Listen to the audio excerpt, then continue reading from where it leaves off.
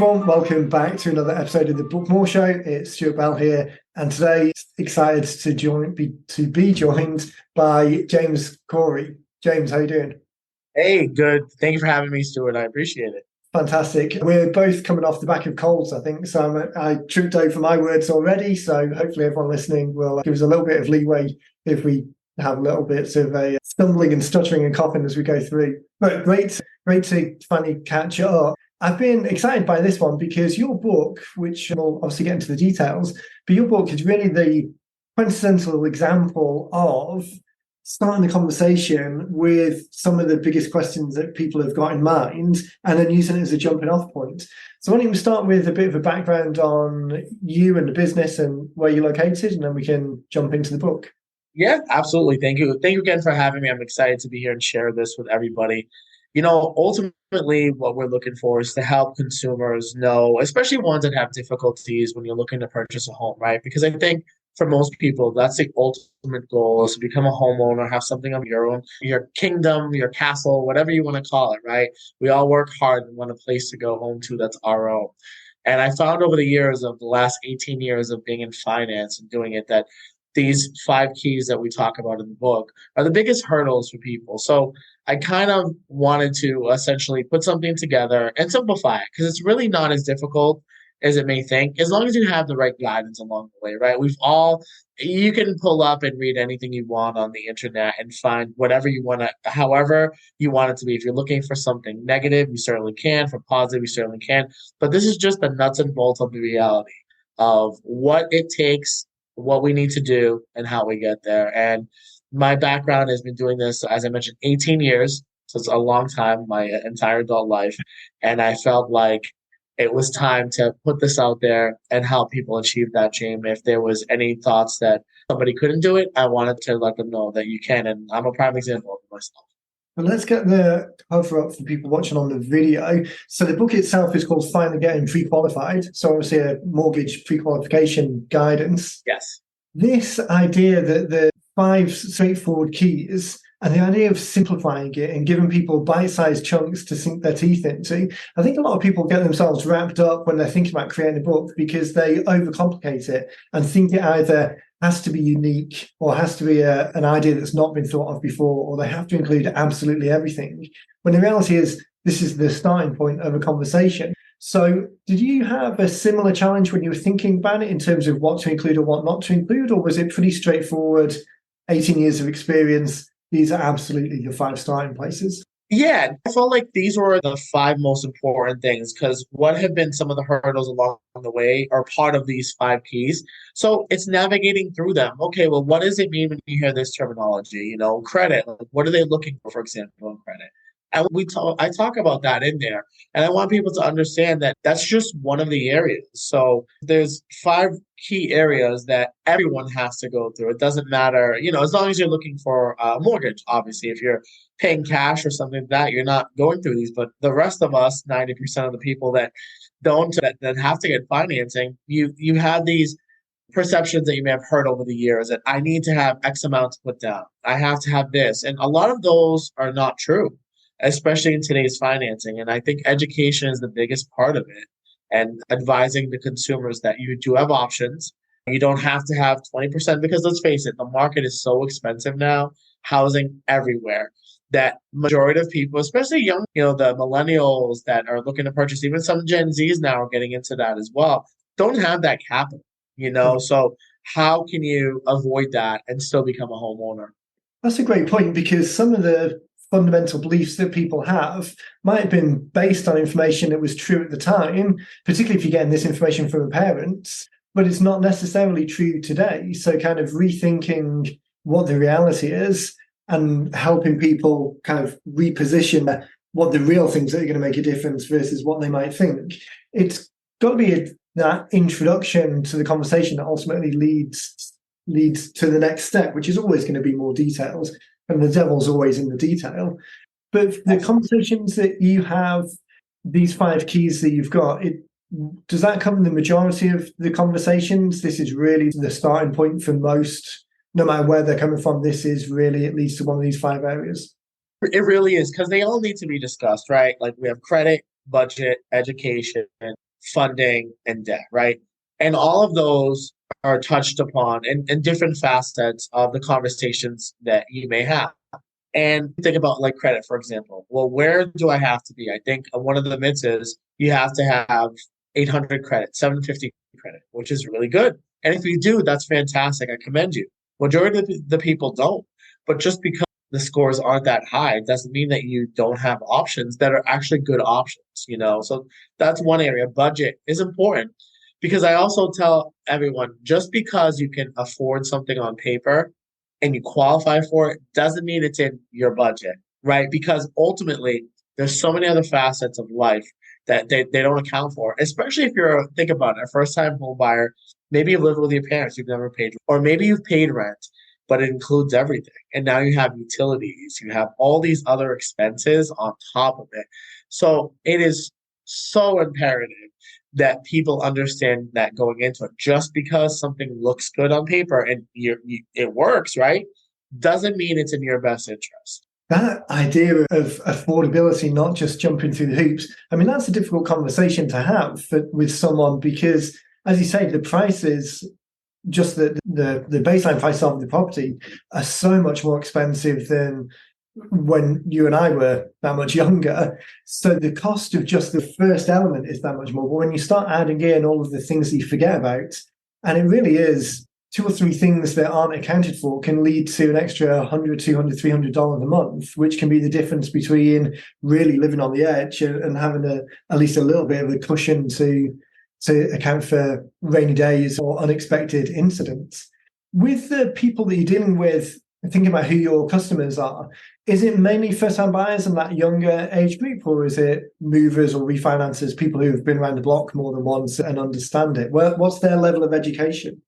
Really good question on that. I would say, me personally, I deal with the majority of first-time home buyers. I'm affiliated with a lot of nonprofits, so we do a lot of educational classes. So majority are first-time home buyers looking to purchase. I actually, even with the refi boom the last few years, I actually still did significantly more purchases than refinances, which is not typical of what the market was. But I've always been a purchase-heavy person, and I geared towards that. Obviously, repeat clients and investors, but the majority are, I would say, it's their first home. So, and I think a lot of times they're referred to me is because anyone that's been in the business that have known me a long time know I'll hold their hand, I'll walk them through it, I'm patient, I'll respond, things like that make them feel comfortable because I look at it myself. I've purchased many properties over the years and it's a lot and it's overwhelming to me. And I do this every day. So can you imagine a 27-year-old buying their first home, like what that's going to feel like? So I put myself in that shoes and I will hold their hand to the finish line and I don't mind it, enjoy it because at the end of the day, I want them to be comfortable, confident, and know that they made the right decision. Right. That approach, that hand-holding approach and understanding that it is complicated for people. It's even highly educated people or people who don't get flustered and overwhelmed. Just the volume of work that's required to get through the home buying process, it's not straightforward. And the system isn't designed to be it wasn't designed from a kind of a UX perspective of making it as user-friendly to onboard people as possible. It's just a legacy system that's got a lot of challenge and individual moving parts to it. When thinking about the book and what you were including, was that a thought as well? You were very much thinking about, or were you rather thinking about the people who are reading it and how to streamline it and how it ties in with the rest of your process? 100%. I wanted it to be streamlined so that first-time homebuyers specific, or anyone in general, but specifically her first-time homebuyers that may have had those questions along the way, or may have had the apprehensions that, hey, maybe I can't do this, or maybe I'm not ready to know. Maybe they're not, right? And maybe this helps them realize that they're close, but they should wait because of their budget. Or maybe that, you know what, you actually really are ready. And if you want to, and it's the time that makes sense for you, then you can do it. It's ultimately just giving them that knowledge, right? Like it's kind of like my hand holding, right? I'm hand holding them through the process. This is the exact same way. I'm giving them scenarios that have been happened in real life that we've gone through some myself.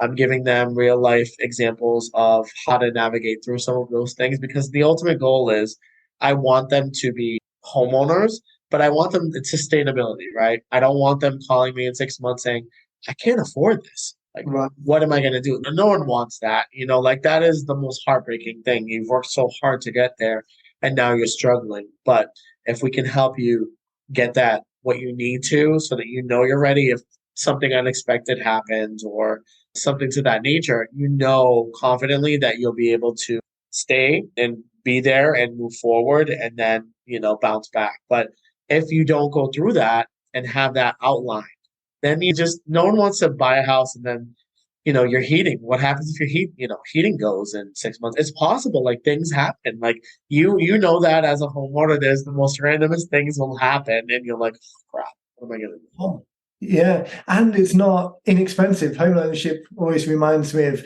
weddings or kids. You just can start adding zeros on the end of it. There's a podcast that I listened to. I remember the host talking about travel, and he said it wasn't until I was in my 40s that I realized to make travel stress-free, you need an additional $1,000 that you just budget and pretend that it's gone already. So then when the car rental place adds on a fee, or when there's extra parking, or when there's an extra train trip or something you need to throw in, if that's all accounted for, it just relieves so much stress. If you're going in just bang on your budget and you've got no additional contingency, then every additional thing, someone asking for an ice cream, you're looking at the price of it before you think whether you want an ice cream or not. It's so stressful. True. No one wants to live like that. It's tough. It's tough. But if you put yourself in that position, then that ice cream could, make or break you for the weekend. I hate to see that. It's a tough situation, but if you're ready, we'll get through it. And it must be even more personal when you're dealing with a lot of referrals and repeat business and recommendations from organizations that you know and work with. It's not like this is a very transactional business where cold leads are coming in and then you're just farming them off elsewhere. You've got a real relationship with these people.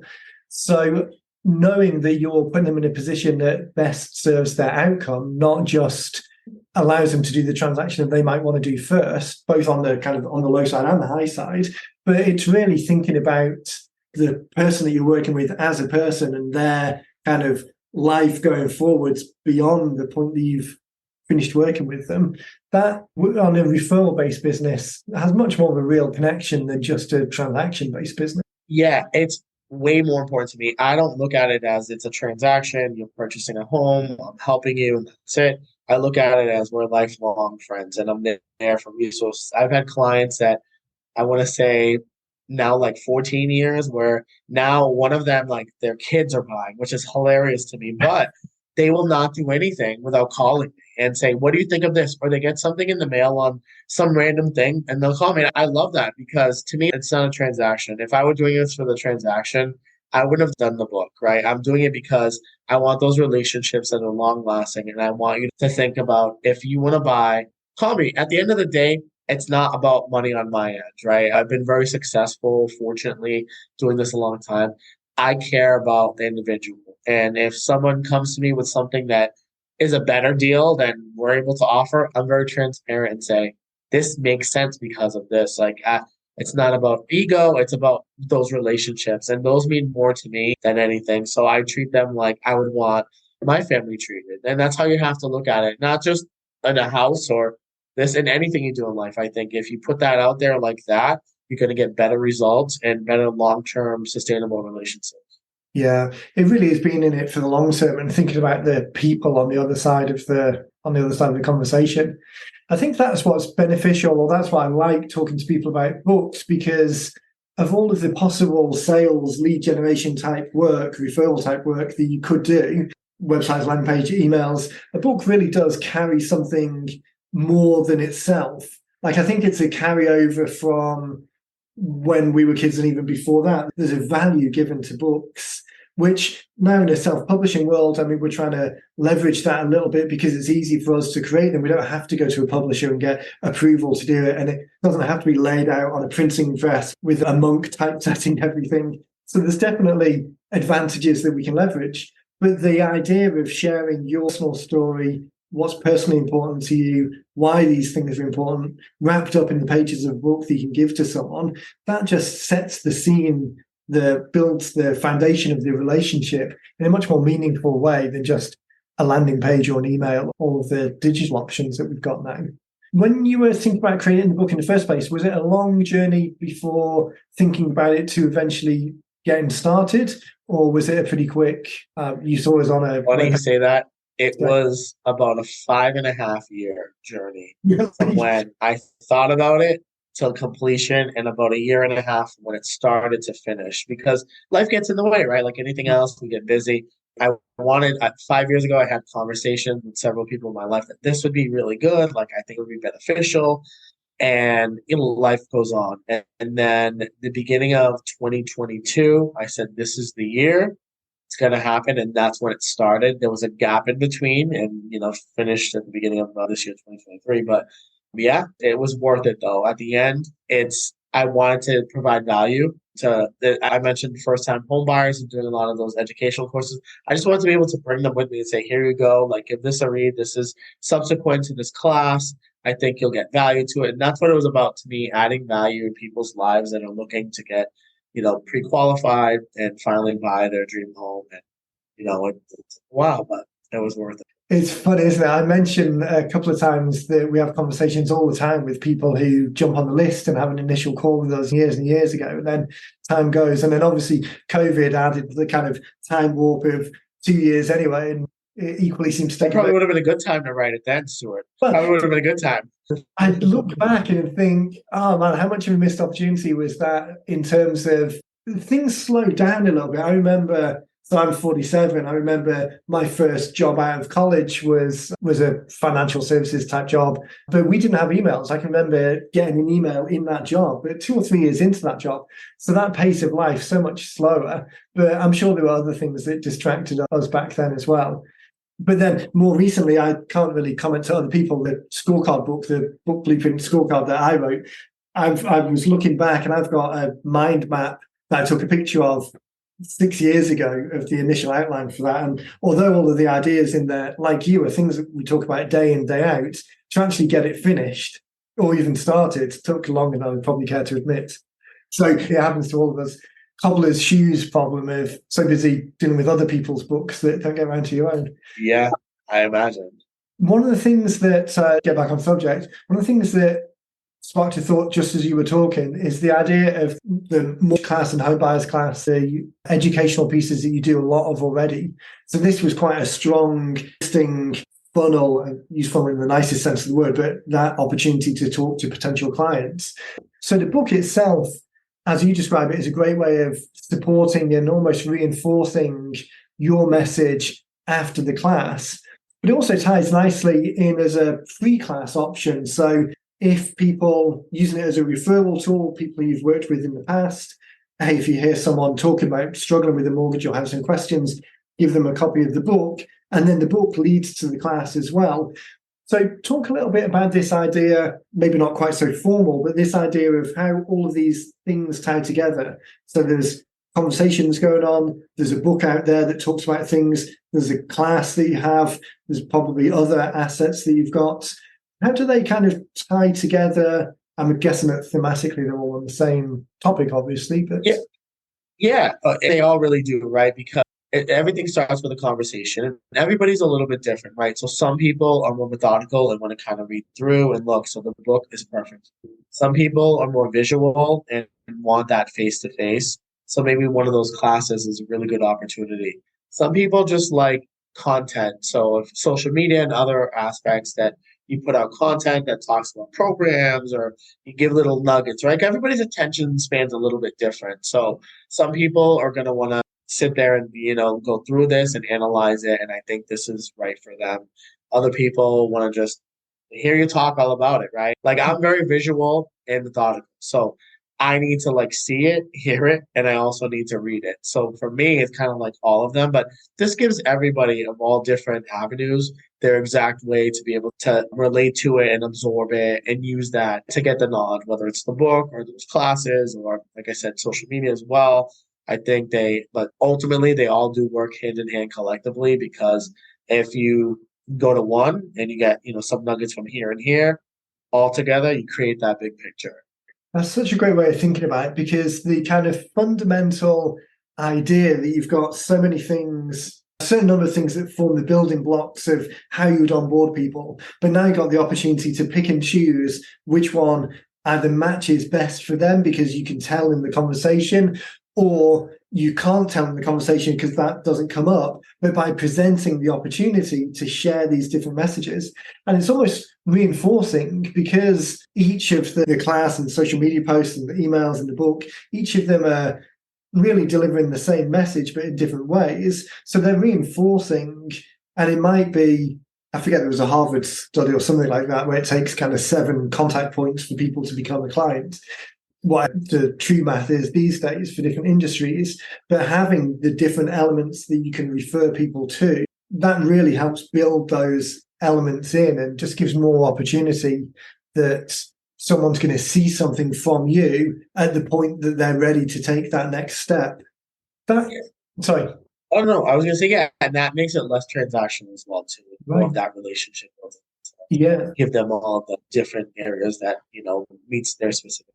Yeah, I think we see it, and I see in my own experience of working with other companies as well, not as a provider, but as a customer.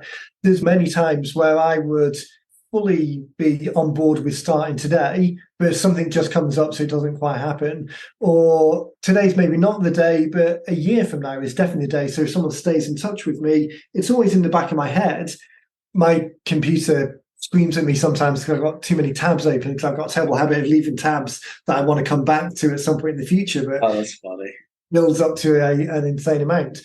But this idea of having things that you can stay in touch with people, understanding that you never really know when they're going to convert. Just because they raise their hand today doesn't necessarily mean that today's the day for them.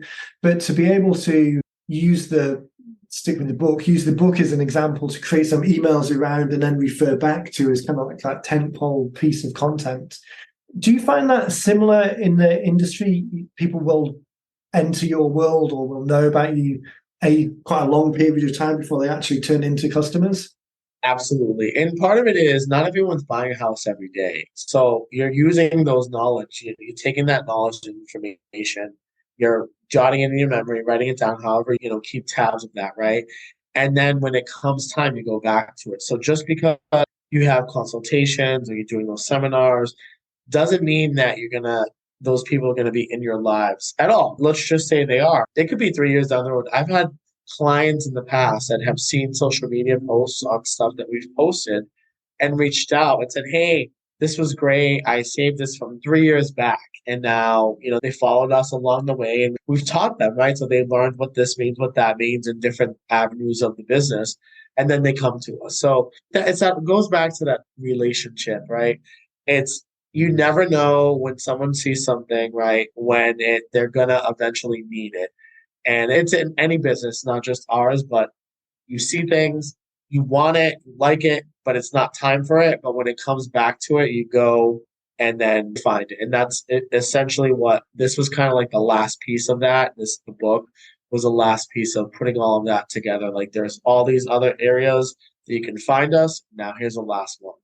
And it's such a commitment-free or pressure-free way of people joining the world, on you knowing that they're more interested now than they were 3 years ago. Someone opting into something, it's a very non-threatening, that's what I was looking for. It's a very non-threatening way of starting that conversation or re-engaging people, and in a way that ties in completely with everything else that you've got done. I think for the referral type businesses, people like you who've got a strong footprint and a strong community, always having it there to be able to allow other people to refer it as well. So sending out that check-in email saying, hey, it's been a year, just checking in. If you've got any questions, let me know. Or sending out an email that talks about like an education piece about rate changes and people's options. And then having that super signature of, by the way, if you know anyone that's got any other questions, grab a free copy of the book here. It's a great resource. Just allows for such a non-threatening option for people to understand more about you guys and what you do. It's a great way of being a community first or a value first option for starting that conversation. Yeah, absolutely. And it's not salesy. It's not a sales pitch. It's very direct. These are typical standard conversations, the keys are, of what goes on with every person we speak with. And we thought this was just the perfect way. Here you go. And exactly, you know someone that needs it. Here's a copy of the book. Just read through it. If there's any subsequent questions that I can help elaborate or articulate better, that's specifically for you, I'd love to help out. And that's all it is. It's just bridging that entire gap and kind of putting it all together. And this was the final piece. And I'm excited about it. It's good to And finally get it done. And the call to action that you've got in the book leads back to the course as well. So those people who are Yeah. or more material. So it really is that it closes the loop. Like I said, the final piece of the puzzle that closes the loop. It's going to be really interesting to check back in on progress. Like I say, it's only just recently finished, so we haven't really had a chance to get it out there in the world too much. But it'd be really interesting to check back in kind of 6-8 months and see how it's going. So if you're up for that, it'll be really good to do another show a little bit further down the track.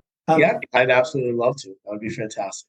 Any pointers? So obviously we send out the show mainly goes to people who are on our list. So these are people who have expressed an interest in writing a book or obviously our past clients. Any pointers for people who are thinking about it but maybe haven't pulled the trigger yet? I say this, do it. It's the best thing you're going to do. You will not regret it. It may take time. And if you say you're going to do it, like me, 5.5 years ago, it's okay. It takes you 5.5 years, 7.5 years. Get it done. It's going to feel good and you're going to feel like you're adding that value to whatever you're trying to do, whether it's for your business, whatever it may be, to your life, to people, you're adding value. And that's ultimately what this meant to me was I'm adding one piece of value. And if it can help any consumer learn or believe that this is possible, that's worth it to me. Fantastic. As we're wrapping up, let's make sure that people can find out more about what you guys do. So where's a good place for people to go to learn more about James and the family? Yeah, absolutely. Simple. You can connect with us, our website, our team website, wecloseyourloans.com. Very simple. Closeyourloans.com. You can also check us out on like Facebook, Instagram, and all of that at the Khoury team. So it's the and then last name Khoury team. You'll find us. We have a lot of content. We'll do a lot of spoofs, funny things, and along the way, and add value. Fantastic. Well, I'll make sure that we've got links to all of these in the show notes. So as you're listening, check out the show notes either in the podcast player or over on the website. James, just want to say thanks again. It's been really good to catch up. I'm glad that both of our voices held out a little bit. We rescheduled from last week to make sure. So on the road to recovery, I'm really excited. Just before we started recording, we said that we'll do a strategy call just to kind of brainstorm some ideas, because the work that I've done with other people who've written similar book or similar books with similar purposes in different industries, they've really had some great results and use them in certain ways. So I'm excited to share those with you. And like I said, we'll jump back on another podcast in 6 months down the track and we can update people on how their progress has gone. Awesome. Thank you so much for having me, Stuart. I appreciate it. This was fantastic. And it's a blessing to be here. Thank you. No problem at all. Well, thank you, everyone. Thanks for watching. Make sure you check out the show notes and we'll catch you in the next one.